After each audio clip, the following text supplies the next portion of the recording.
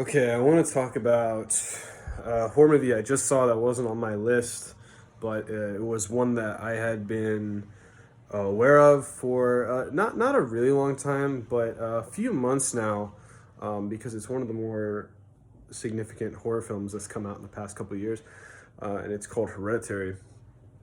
And this was one that had been recommended to me by a few of my friends who are horror fans, and they said that it was this and Midsummer were two of like the big horror films that people kind of hyped up over the past few years. And so, as a disclaimer, I only watched this movie once, and I actually missed the first 15 or 20 minutes of it. But I will say, as a whole, looking back, I don't think I missed out on too much. And let me just say that I definitely need to rewatch this movie again. It is good enough, I'll say, for me to want to watch it again. I liked it a lot. But it's been about 3 days since I've watched it. And also, like I said, I kind of, not that I didn't get a full watch, because I did, I think, and I watched it closely, and I had my focus on the film at the same time. It's been a couple days, and it is a bit of a, not a deep, it's a movie that makes you think, which is kind of a rule of mine, is that if a movie can make you think, I think that's a really, really good thing. Storytelling that, is thought-provoking and impactful and causes you to, expand your imagination and be, thinking in a explorative mindset. I think those are effective, and I think that's a true sign of clever and good storytelling. So the things that I like the most about this film, the acting. So it's about a family who, I guess they inherit the house of their passed on grandmother, who was in a cult, I believe.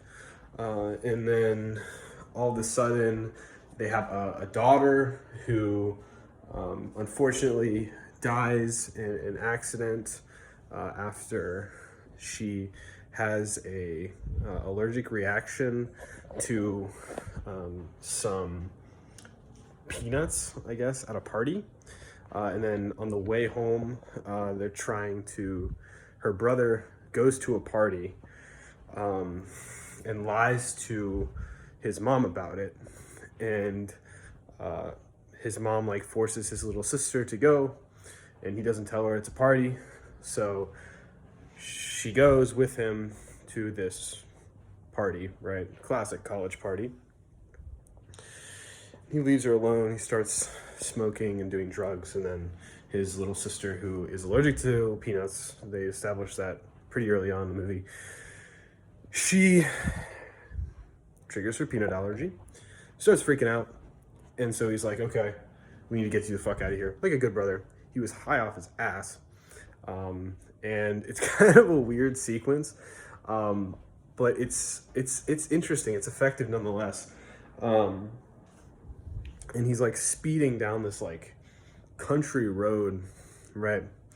And there's a deer on the road, and it's a really tense scene, and it's really, really well done. And he kind of swerves out of the way because he doesn't want to hit the deer, and then kapoosh, head. The girl is sticking her head out the window, bam, knocks her head right the fuck off. Fucking crazy shit. And I will say this movie does a really good job of fleshing out the characters in the movie that you're supposed to care about, the characters in the movie that the story focuses on. It does a fantastic job of, emotionally tying the characters in with the story and the way that they act, the way that they communicate with each other, the things they do. throughout the movie, their cadences, their expressions, their connotations. It's really, really, really well acted. I think that's one of the strengths of this movie. And you know, that moment was a little crazy. It was kind of out of left field. And I was a little confused. It seems weird. Like, if I accidentally kill my sister in a car accident and have her head, you know, get rammed off, I don't know if I would just leave her body and her head. I don't know if I would just kind of, yeah, he kind of sulked or whatever for a little bit, but he like just drove straight home, left her body in the car, and then her mom finds, like, it's kind of weird. It's a little strange, right? But nonetheless, I mean, you know, I kind of vibe with it. And so the sister who unfortunately passes away, she does this little like thing throughout like the movie whenever she's like alive. That's kind of like just something she does. It's her personality trait. She's a bit of an oddball kid. She kind of reminds me of the kid from Stranger Things, the kid with no teeth. Dustin, I think his name is. Kind of reminds me of him, and I said that in the movie when I was watching it with my friends. But yeah, no, the scenes though that I really, really liked. One of the best scenes that I've seen in a movie in a long time was when they're all sitting down having dinner. The mom, the dad, and the son, and she just lays into her son, trying to remember his fucking name. It's been a minute since I've watched the movie. The mom's name is Annie, I believe, and I don't remember what the son's name, but she just lays into him, talking about how, you know, it's not his fault that, you know, she's gone, or there's nothing he can do about it, this, that, and the third. And it's just a super chaotic, crazy scene, because this mom, I mean, she loses her fucking mind, right? Over the passing of her daughter. Like, there's the scene where she first finds out that her daughter died. I thought it was a bit over the top. I do. It was a strong reaction. I mean, it's probably some of the the most intense crying, screaming, sobbing, whatever that I've seen in a movie. But I mean, granted, I've never had my daughter die, so I can't really relate there. But the movie doesn't necessarily have much gore in it. There's not a whole lot of... It's a supernatural horror film, I guess, but it gives more Rosemary's Baby vibes, I guess, because it's they're all the people in the end that the mom is trying to consult with in order to help her deal with the death of her daughter. They're all involved in a cult, and the cult kind of wraps around the whole story. All the excess characters involved, for the most part, that aren't the mom, the dad, and the son, and the daughter, of course, are like part of this cult, right? And at the end of the movie, the devil, if you will, or the daughter, who I guess was possessed, takes form of the mother. And then at the very end of the movie, I guess, the mother takes form of the son, right? And this whole time, the father thinks the mother is fucking bananas. And it gives me Stranger Things vibes, right?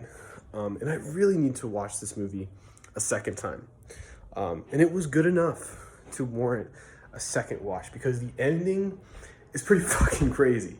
The ending is kinda wild. This is an incredibly unique horror film. It's different, and I think it's fantastic. I think it's really well made. I think it's really, really, really good, and it's just a integral milestone, if you will. Excellent modern horror masterpiece, honestly. I want to watch it again, as I've said several times now. And the plan is probably to watch it again with some of my friends, because initially, whenever they told me about it, they said it was a movie that they were interested to see what I thought about it because it's highly debated. A lot of people have their own interpretations and their own theories about what actually happens at the end. And once again, if a movie can make you think like that, a movie can stir up some conversation, some debate, another strength there. It's about 2 hours and 10 minutes long, which is a longer movie for me, somebody who has problems with that. But it was incredibly well done. There was a lot of scenes. The movie is so heavily dialogue driven, and I found myself just not even paying attention to the runtime, honestly. Like, it was just flying by, and I was really interested to see how the story was going to unfold, and that's so rare for me. It really is. All in all, I would absolutely recommend this movie to pretty much anybody, honestly, because it's definitely a horror movie. It's definitely creepy. It's definitely dark, but it's not dark enough to, I don't think, scare anybody away. And it is cerebral enough to, interest people who may or may not be, interested in traditional horror movies because they think they're stupid, they think they're predictable, they think they're just gross, whatever. I think horror fans can enjoy it. I think movie fans will enjoy it. And when I say enjoy it on both those fronts, I think they'll love it. And I think casual people will be interested and will be highly entertained. Kind of would like to revisit my thoughts on this movie after watching it a second time. But all in all, my only issue with it, I guess, is the ending is kind of crazy. And this movie definitely takes, for me, I think, it takes a rewatch for sure, which is not necessarily a bad thing, but I don't know. I mean, it is what it is. The ending is kind of wild.